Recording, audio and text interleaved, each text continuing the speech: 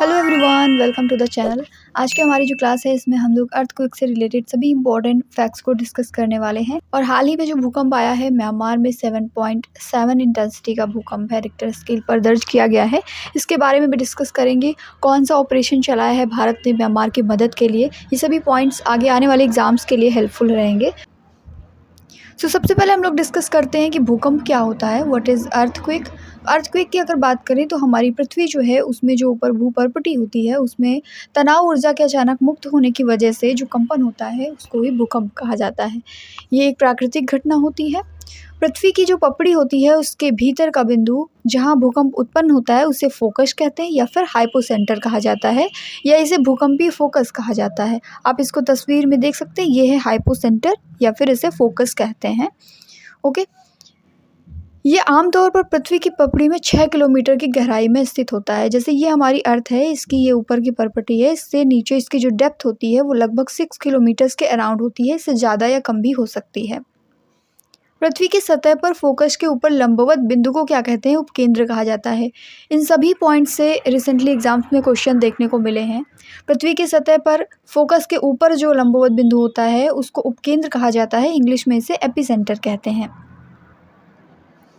भूकंप की तीव्रता उपकेंद्र में सबसे अधिक होगी और जैसे जैसे आगे बढ़ेगी ये घटती जाएगी। ये एपिसेंटर का पॉइंट जो है यहाँ पर सबसे ज़्यादा इंटेंसिटी होगी अर्थक्वेक की, और इसके अलावा जो और सतह होगी वहाँ पर जैसे जैसे दूरी बढ़ती जाएगी इसकी इंटेंसिटी कम होती जाएगी। सबसे ज़्यादा इंटेंसिटी उस जगह पर होगी जहाँ पर नीचे परपेंडिकुलर डायरेक्शन में, जिस पॉइंट पर फोकस पर जहाँ पर ये अर्थक्वेक जनरेट हुआ है उससे जस्ट ऊपर वाला जो पॉइंट एपिसेंटर का है वहाँ पर सबसे ज़्यादा इंटेंसिटी देखने को मिलती है। अर्थक्वेक मूवमेंट्स को हम लोग इस इमेज के माध्यम से अच्छे से समझ सकते हैं। हाइपोसेंटर या फोकस वो पॉइंट होता है जहाँ पर ये भूकंपीय तरंगें उत्पन्न होती हैं।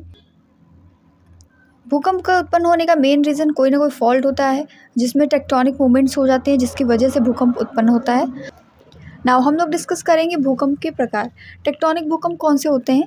जो भी फॉल्ट प्लेन होती है उसके साथ, फॉल्ट प्लेन कौन सा, ये आप देख सकते हैं, ये फॉल्ट प्लेन है। तो इस प्लेन में जो चट्टानें होती हैं उनके खिसकने की वजह से टेक्टोनिक भूकंप उत्पन्न होते हैं। दूसरे है ज्वालामुखी भूकंप। जो एक्टिव वोल्केनो वाले रीजन है वहाँ पर हमें देखने को मिलते हैं ज्वालामुखी भूकंप। जब ज्वालामुखी फटता है तो उसकी वजह से काफ़ी ज़्यादा क्रस्ट में मूवमेंट होती है और इससे ज्वालामुखी भूकंप आते हैं। विस्फोट भूकंप कौन से होते हैं? जैसे परमाणु बम या फिर कोई विनाशकारी बम या परमाणु उपकरण जो है उनमें जो विस्फोट होता है तो इसकी वजह से विस्फोट भूकंप आते हैं। लास्ट है जलाशय प्रेरित भूकंप। ये बड़े जलाशय क्षेत्रों में होते हैं। रिंग ऑफ फायर भी इसका एक एग्जाम्पल है। प्रशांत महासागर का जो क्षेत्र है वहाँ पर ज़्यादातर भूकंप देखने को मिलते हैं। अब हम लोग डिस्कस करेंगे भूकंपीय लहरों के बारे में। भूकंप जो लिथोस्फीयर में उत्पन्न होता है, हमारा जो स्थल मंडल है उसके लिथोस्फीयर में हमें भूकंप देखने को मिलता है। उसमें ही भूकंपीय तरंगों का प्रसार होता है। भूकंप की तरंगें मेनली 2 टाइप की होती है। एक होती है आंतरिक तरंगे और एक होती है सतह की तरंगे। आंतरिक तरंगे वो होंगी जो अंदर उत्पन्न होती हैं भूकंप में, और सतह की तरंगे वो होंगी जो सतही क्षेत्र में उत्पन्न होती हैं। तो अब इनको डिस्कस करेंगे। इनसे कई बार क्वेश्चंस बने हुए हैं। सिस्मिक वेव्स यानी भूकंपीय तरंगों को हम लोग किस तरीके से यहाँ पर डिवाइड करते हैं, आइए जानते हैं। भूकंपीय तरंगों को यहाँ पर 2 टाइप से डिवाइड किया गया है। एक तो होती है बॉडी वेव्स यानी कि आंतरिक तरंगे, और दूसरी होती है सरफेस वेव यानी सतही तरंगे। बॉडी वेव्स भी 2 टाइप की हैं, primary waves and secondary wave. प्राथमिक तरंगे और द्वितीयक तरंगे। प्राइमरी वेव्स को पी वेव्स कहा जाता है, सेकेंडरी वेव्स को एस वेव कहा जाता है। और सरफेस वेव्स जो होती हैं ये भी 2 टाइप की होती हैं, love waves and Rayleigh waves. Love waves यानी L waves, Rayleigh waves are waves. Body waves को डिस्कस करते हैं। जो आंतरिक तरंगे होती हैं ये पृथ्वी की गहराई में भूकंप के केंद्र बिंदु से उत्पन्न होती हैं। पृथ्वी की गहराई में जहाँ पर फोकस पे भूकंप उत्पन्न हुआ है उसके केंद्र बिंदु से ये उत्पन्न होती हैं और पृथ्वी के अंदर ही प्रवाहित होती हैं, सभी दिशाओं में ऊर्जा का संचार करती हैं। ये पृथ्वी के आंतरिक भाग से होकर के जाती हैं। आंतरिक तरंगें जो होती हैं वो सतह की तरंगों की तुलना में तेज़ होती हैं, क्योंकि यहीं पर फोकस है, यहीं पर ये उत्पन्न हुई है, इसकी वजह से इनकी इंटेंसिटी ज़्यादा होती है। इसलिए सबसे पहले सिस्मोग्राफ जो होता है, सिस्मोग्राफ क्या होता है? जहाँ पर भूकंप की इंटेंसिटी का हम लोग पता लगाते हैं। तो सबसे पहले पता इन्हीं का लगता है, आंतरिक तरंगों का। प्राथमिक तरंगों और द्वितीयक तरंगों के रूप में आंतरिक तरंगें 2 टाइप की हैं। बॉडी वेव्स 2 टाइप की हैं, एक तो पी वेव है और दूसरी एस वेव है, प्राइमरी एंड सेकेंडरी। अब हम लोग डिस्कस करते हैं पी वेव्स के बारे में। प्राथमिक तरंगें जो होती हैं वो सबसे तेज़ लहरें उत्पन्न करती हैं। जो एस वेव्स हैं इनकी तुलना में दोगुनी गति से ये उत्पन्न होती हैं और भूकंप के दौरान सबसे पहले पहुंचती हैं। ध्वनि तरंगों की जैसी होती हैं, यानी कि ये अनुदैर्ध्य तरंगें हैं। ध्वनि तरंग भी अनुदैर्ध्य तरंग होती है और जो हमारी पी वेव्स होती हैं ये भी अनुदैर्ध्य तरंग होती है। कई बार क्वेश्चन ये पूछा गया है, ध्यान में रखेंगे, जिसमें कण की गति और तरंग प्रसार एक ही दिशा में होते हैं। ये ठोस, तरल और गैसीय पदार्थों के माध्यम से यात्रा कर सकती हैं। क्वेश्चन बनता है कि जो पी वेव्स होती हैं ये कौन कौन से मीडियम से ट्रेवल कर सकती हैं, तो सॉलिड हो या फिर लिक्विड या फिर गैसियस, इन सभी में ये यात्रा कर सकती हैं। नाउ अब हम लोग डिस्कस करेंगे माध्यमिक तरंगे या जिन्हें द्वितीयक तरंगे भी कहा जाता है, सेकेंडरी वेव्स, एस वेव्स जिन्हें कहते हैं। ये प्राथमिक तरंगों के बाद कुछ समय अंतराल के साथ सतह पर आती हैं। सबसे पहले कौन सी दर्ज होती है? सबसे पहले सिस्मोग्राफ पर हमें पी वेव्स देखने को मिलती हैं। इसके बाद कुछ समय अंतराल के बाद हमें एस वेव्स की इंटेंसिटी पता चलती है। ये प्राथमिक तरंगों की तुलना में धीमी होती हैं और केवल ठोस पदार्थों से ही गुजर सकती हैं। ये अनुप्रस्थ तरंगे हैं। अभी हमने क्या देखा, जो प्राथमिक तरंगे होती हैं वो अनुदैर्ध्य होती हैं। जो सेकेंडरी यानी द्वितीयक तरंगे होती हैं ये अनुप्रस्थ तरंगे होती हैं और इनमें कण की गति और तरंग प्रसार की दिशाएं एक दूसरे के लंबवत होती हैं। कुछ इस तरीके से एस वेव्स हमें देखने को मिलती हैं। ठीक है, तो ये टर्मिनोलॉजी जरूर ध्यान में रखेंगे कि माध्यमिक तरंगे अनुप्रस्थ हैं और जो प्राथमिक तरंगे हैं वो अनुदैर्ध्य हैं। सो सिस्मिक वेव्स में दो टाइप की वेव्स थी, एक तो बॉडी वेव्स और एक थी सरफेस वेव्स। बॉडी वेव्स को हम लोग डिस्कस कर चुके हैं P waves and S waves के फॉर्म में। अब हम लोग डिस्कस करेंगे सतही तरंगों को, यानी जिन्हें कहते हैं सरफेस वेव्स। जब आंतरिक लहरें सतह की चट्टानों के साथ संपर्क में आती हैं, जहाँ पर फोकस है, जो आंतरिक लहरें हैं ये सतह की जो चट्टानें उनसे संपर्क में आती हैं, तो इन्हें सतह की लहरें कहा जाता है। ये तरंगे पृथ्वी की सतह के साथ में चलती हैं, जो हमारी मेन क्रस्ट है, ऊपर की जो सतह है उनके साथ में चलती हैं। सतही तरंगे भी अनुप्रस्थ होती हैं। इनमें कण की गति जो है वो तरंग प्रसार दिशा के लंबवत होती है, इसलिए वे उसी सामग्री में गड्ढों और कुंडों का निर्माण करते हैं जिनके माध्यम से वे गुजरते हैं। सतह की लहरों को सबसे ज़्यादा नुकसानदेह लहरें माना गया है। लव तरंगे और रेले के तरंगे के फॉर्म में ये दो टाइप की होती हैं। सबसे ज़्यादा हानिकारक यही होती हैं। ठीक है, तो अब डिस्कस करेंगे ये दो टाइप कौन कौन से हैं, love waves and Rayleigh waves. इस तरह की तरंगे जो हैं लव वेव्स, ये भूकंप के दौरान पृथ्वी के क्षैतिज स्थानांतरण का कारण बनती हैं। आंतरिक तरंगों की तुलना में बहुत धीमी होती हैं, लेकिन रेले की तुलना में तेज होती हैं। जहाँ पर मेन फोकस पे जो भूकंप उत्पन्न हुआ है उसकी तुलना में तो कम होती हैं, लेकिन रेले की तुलना में ये लव वेव्स जो हैं इनकी इंटेंसिटी तेज होती है, पूरी तरीके से क्षैतिज गति पैदा करती हैं और सबसे ज़्यादा खतरनाक भी लव वेव्स ही रहती हैं। ओके, रेले वेव्स को डिस्कस करेंगे। ये अंडाकार गति का अनुसरण करती हैं, अंडाकार गति का अनुसरण करती हैं और एक झील या महासागर में लहर के रोल की तरह, रेले की तरह ज़मीन के साथ में लुढ़कती हैं। इसी वजह से इनको रेले वेव्स कहा जाता है, क्योंकि ये लुढ़कता है, ज़मीन के ऊपर और नीचे की ओर ले जाता है और एक ही दिशा में उसकी दिशा में जाता है, जिससे लहर चलती है। भूकंप से महसूस किए गए जो अधिकांश झटके हैं उनकी वजह होती है रेले वेव्स, जो अन्य तरंगों की तुलना में बहुत बड़ी हो सकती हैं। तो love waves and Rayleigh waves को आप यहाँ पर देख सकते हैं। अब हम लोग डिस्कस करेंगे कि भूकंप को किस तरीके से माप सकते हैं। तो सिस्मोमीटर एक ऐसा उपकरण होता है जिसमें हम लोग अर्थक्वेक की इंटेंसिटी को मेज़र करते हैं। इसका उपयोग किया जाता है ज़मीन की गति मापने के लिए कि किस हिसाब से टेक्टोनिक मूवमेंट वहाँ पर हो रहा है। सिस्मोग्राफ से जो रिकॉर्ड किए गए ग्राफिकल आउटपुट है उनको सिस्मोग्राम कहा जाता है। सिस्मोग्राफ जो है ये एक उपकरण है, जबकि जो सिस्मोग्राम टर्मिनोलॉजी यूज़ की गई है ये रिकॉर्डेड आउटपुट के लिए है। सिस्मोमीटर में भी दो तरीके के पैमाने होते हैं, कौन कौन से, एक मर्कली स्केल होती है और एक रिक्टर स्केल होती है। बहुत ही इंपॉर्टेंट पॉइंट है ये। तो मर्कली स्केल के बारे में अगर हम लोग डिस्कस करें तो पैमाने भूकंप के बाद प्रभावों का विश्लेषण करते हैं, जैसे कि कितने लोगों ने इसे महसूस किया, कितना विनाश हुआ और इसकी तीव्रता सीमा कितनी होती है 1 से लेकर के 12 तक। ठीक है, तो ये मर्कली स्केल में डिस्कस किया जाता है कि कितना विनाश हुआ या कितने लोगों ने इसको महसूस किया। जबकि जो रिक्टर पैमाना है इसमें भूकंप के परिमाण का प्रतिनिधित्व होता है, यानी कि मैग्नीट्यूड देखा जाता है इसमें, और इसमें जो डिजिट होते हैं वो 1 से लेकर के 10 तक होते हैं। रिक्टर स्केल में प्रत्येक पूरी संख्या में वृद्धि जो है वो भूकंप की शक्ति में 10 गुना वृद्धि का प्रतिनिधित्व करती है। हर एक डिजिट के बाद, जैसे 1 के बाद 2 हुआ तो ये 10 गुना भूकंप की इंटेंसिटी हो गई, 2 के बाद 3 होता है तो ये 10 गुना इंटेंसिटी इसकी हो गई। जैसे कहीं पर 6 रिक्टर स्केल का भूकंप आया और 7 का आया तो ये 10 गुना वृद्धि हुई है इसकी इंटेंसिटी में, 6 से 7 में। ठीक है, तो हर एक पूर्ण संख्या, हर एक होल नंबर के साथ में जो भूकंप की शक्ति है वो 10 गुना बढ़ जाती है। रिसेंट अर्थक्वेक को डिस्कस करेंगे जो हाल ही में म्यांमार में आया, 7.7 इंटेंसिटी का आया, और उसके बाद जो आफ्टर शॉक आया था वो 6.4 इंटेंसिटी का आया। तो 2 लगातार भूकंप आए, ये बड़े भूकंप थे। इसके झटके जो है थाईलैंड की राजधानी जो है बैंकॉक, वहाँ पर भी महसूस किए गए थे और इमरजेंसी वहाँ पर डिक्लेयर कर दी गई है। मेघालय और कई हमारे जो पूर्वोत्तर राज्य हैं, असम है, और इसके अलावा में बांग्लादेश और चाइना के जो दक्षिण पश्चिमी यूनान प्रांत है, वहाँ पर भी भूकंप के तेज झटके महसूस किए गए हैं। इसका रीज़न क्या है? तो इसका मेन रीज़न ये सगाइंग फॉल्ट है, आप यहाँ पर देख सकते हैं। ये किस तरीके से इफ़ेक्ट करता है, ये हमारी इंडियन प्लेट है और ये बर्मा माइक्रो प्लेट है। तो ये बर्मा माइक्रो प्लेट और इंडियन प्लेट, इनके टेक्टोनिक मूवमेंट की वजह से ही सगाइंग फॉल्ट में कई सारे भूकंप उत्पन्न होते हैं, हमें देखने को मिलते हैं। और यहाँ पर घनी आबादी का क्षेत्र भी है बर्मा में, म्यांमार में, इस वजह से यहाँ पर ज़्यादा नुकसान देखने को मिला है। डिस्कस करते हैं कि क्या हुआ है एक्चुअली म्यांमार में। ये भूकंपीय घटना जो म्यांमार में हमें देखने को मिली, ये इसका मुख्य कारण है सगाइंग फॉल्ट। सगाइंग फॉल्ट जो है वो भारतीय प्लेट और बर्मा माइक्रो प्लेट के बीच में एक प्रमुख टेक्टोनिक सीमा है। इस टेक्टोनिक बॉर्डर की वजह से ही ये भूकंप आया है। ये फॉल्ट देश में लगभग 1200 किलोमीटर तक फैला हुआ है और यहाँ पर हमें अक्सर भूकंप देखने को मिलते रहे हैं पहले भी, बट इतनी इंटेंसिटी का आया है तो इसने ज़्यादा नुकसान किया।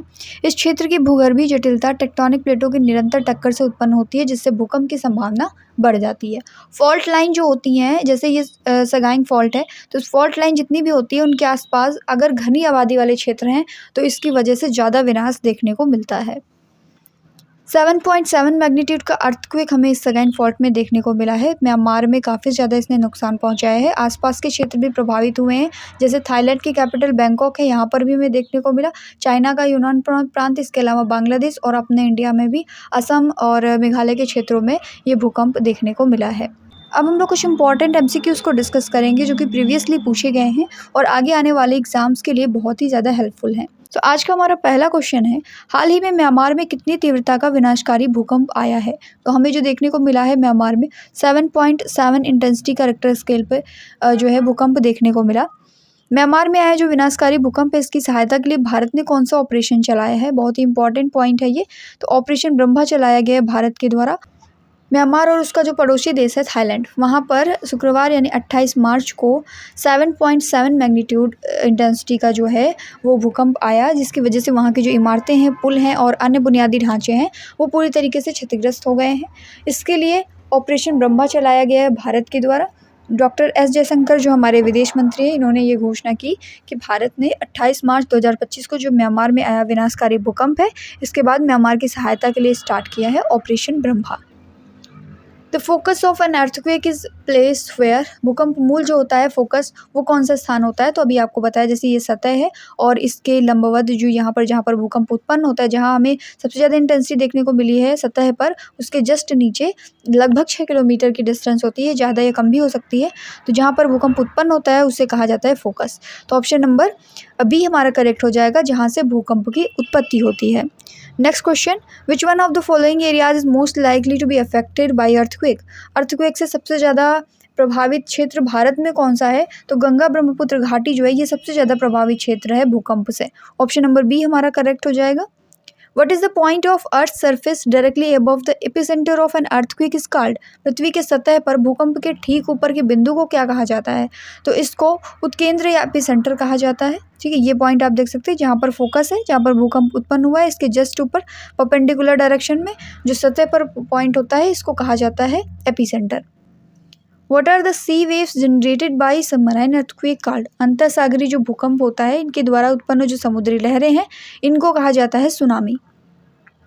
Natural earthquakes occur in which layer of earth? प्राकृतिक भूकंप जो है ये पृथ्वी की स्थल मंडल परत में आते हैं। जो हमारी पृथ्वी की स्थल मंडल परत है, सबसे ऊपरी परत, वहाँ पर भूकंप देखने को मिलते हैं।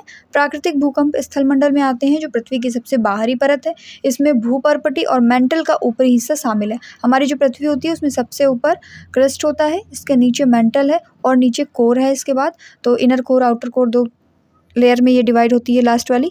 तो मेंटल का ऊपरी पोर्शन और क्रस्ट, यहाँ पर हमें ज़्यादातर नेचुरल अर्थक्वेक्स जो हैं वो देखने को मिलते हैं।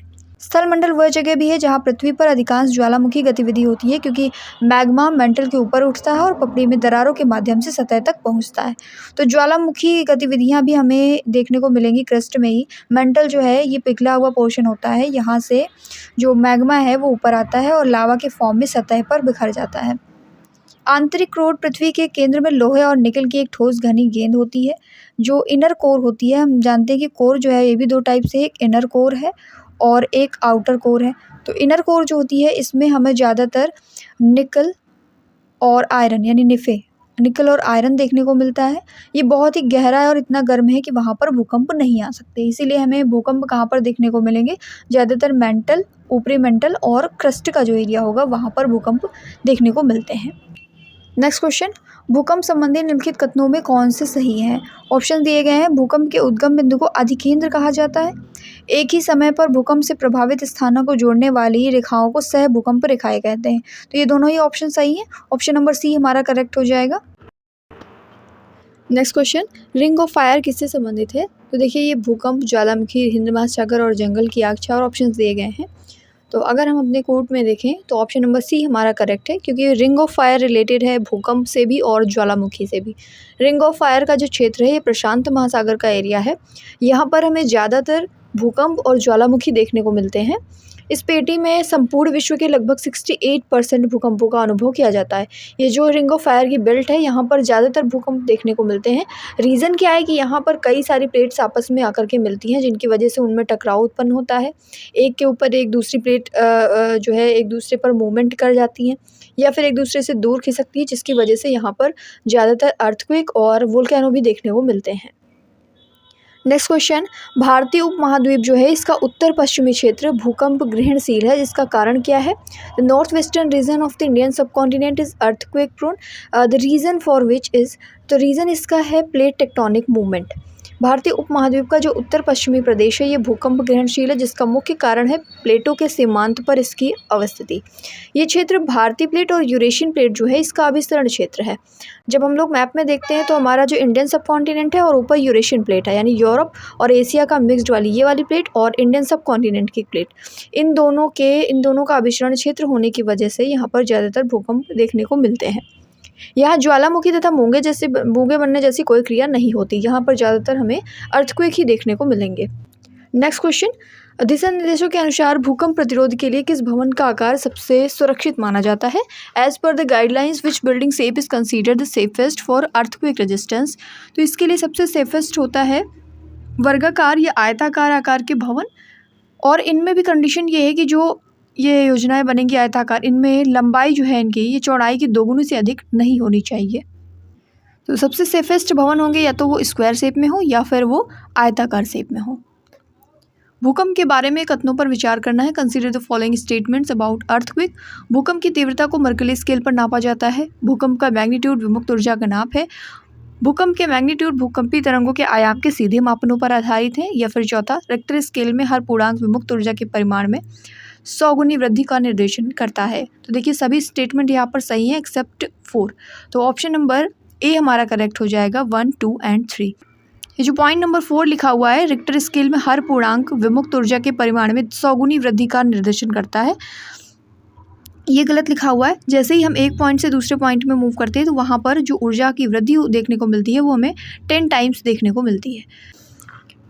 सिस्मोमीटर क्या नापता है? द सिस्मोमीटर मेजर्स, सिस्मोमीटर जो है ये भूकंप को मापता है। भूकंपी तरंगों की तीव्रता इससे मापी जाती है और हृदय गति को मापने के लिए कार्डियोग्राम का यूज़ करते हैं।